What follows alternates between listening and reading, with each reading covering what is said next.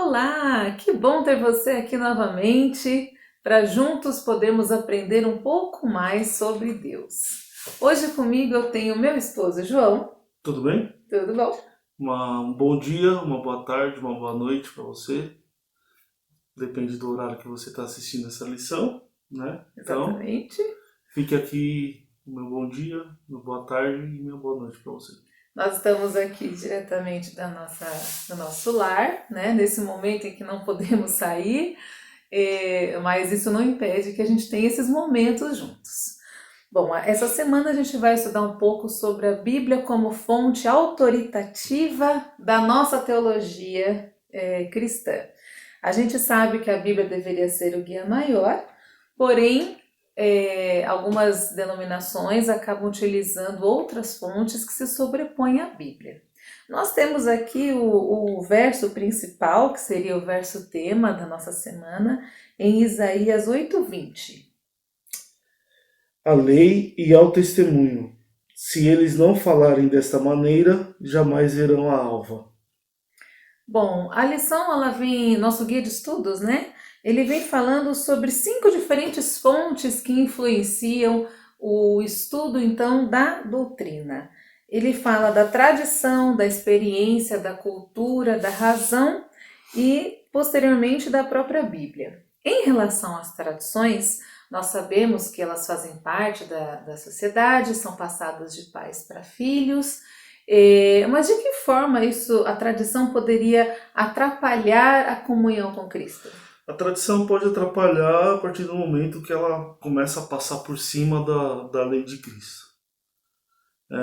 Quando ela começa a ser mais importante, às vezes até imperceptível, mas quando ela começa a ser mais importante do que a própria lei de Cristo. É, Ou nós, do que a própria Bíblia, na verdade, né? nós temos como exemplo, na época de Cristo, os fariseus, né, Sim, criando diversas tradições que se tornavam um fardo para a sim. população, para a E comunidade. o que era importante acabava se perdendo. Por exemplo, o amor ao próximo. Nós temos aquela passagem muito famosa em que Cristo cura aos sábados, né? Sim, Cura no sim. sábado, e ele é criticado pelos fariseus por conta disso, porque o sábado eles não poderiam fazer absolutamente nada, era um peso, né? Tinha uma determinada quantidade de passos para Sim. dar e não podiam fazer uma série de coisas, e Cristo curou, fez o bem aos sábados e foi criticado. Então, a tradição nesse contexto, né,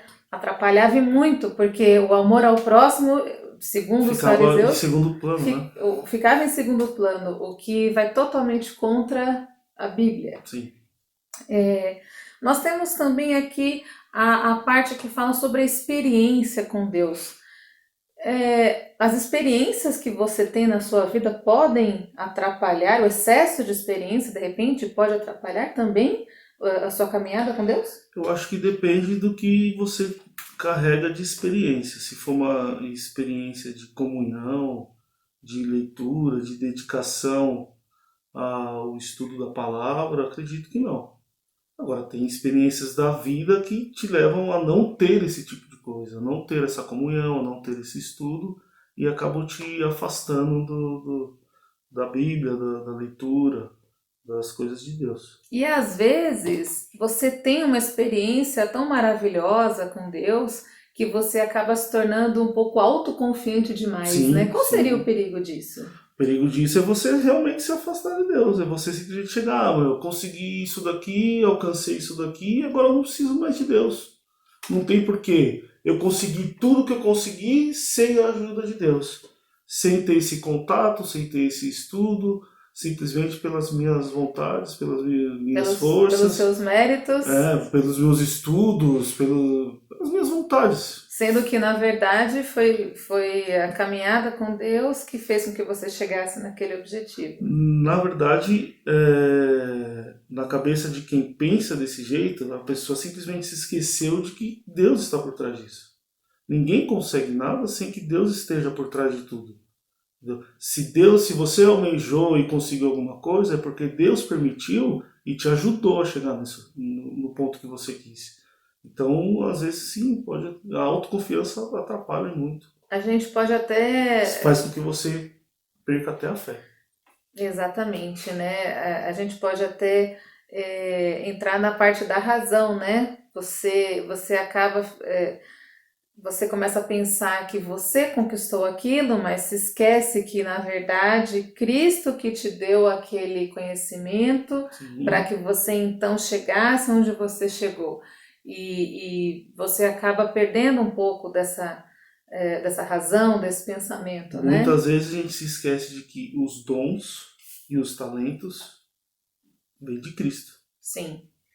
Não Tudo, vem de outro lugar, e vem de tudo, Cristo. tudo é inspirado pelo Tudo é Espírito inspirado pelo Santo, Espírito Santo. né?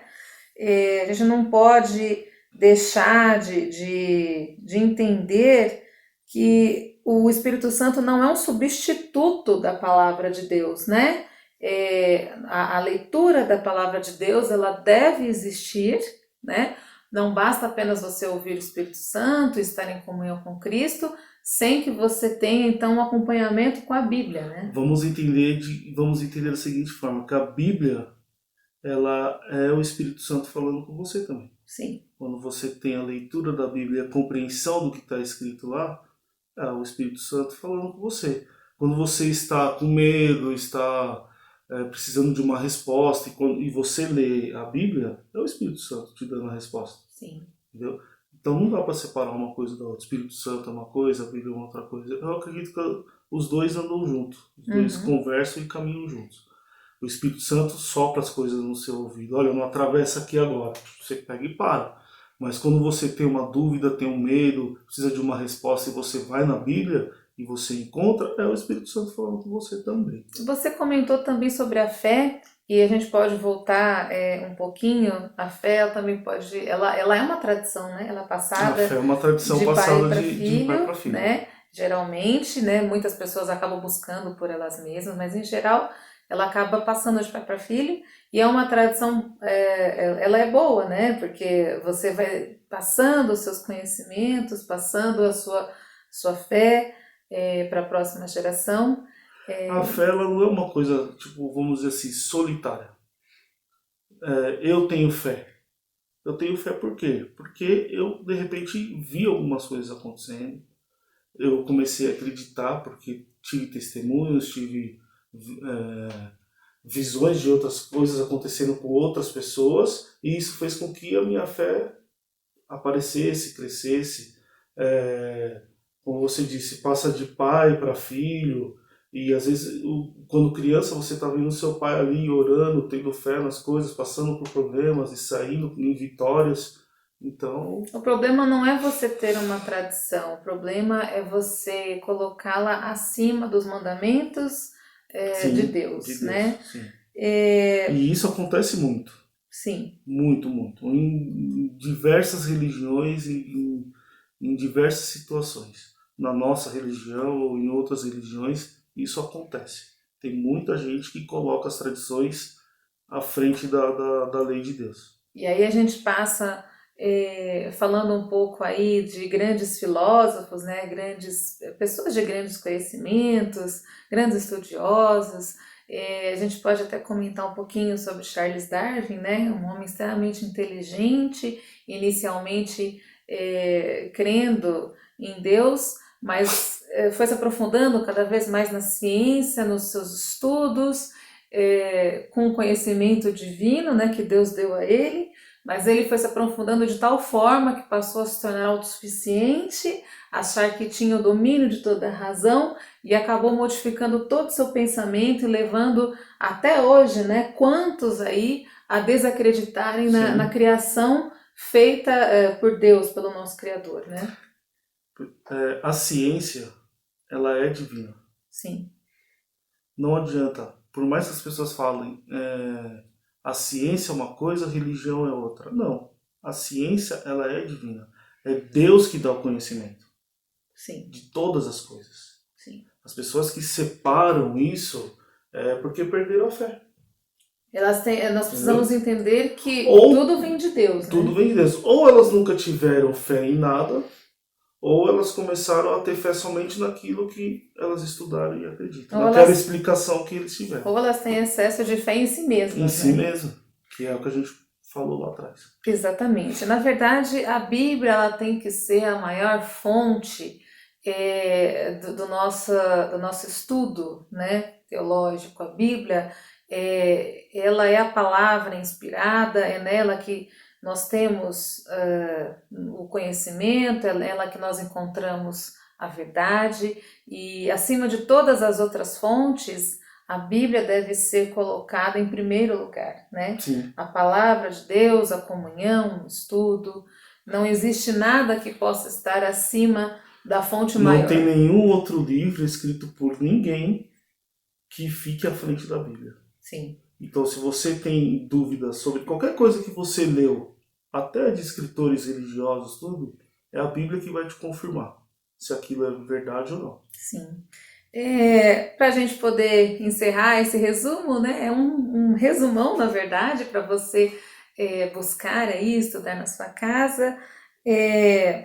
Aqui, nosso guia informa, né, que a tradição, a experiência, a cultura, a razão e a Bíblia estão presentes em toda reflexão sobre a palavra de Deus.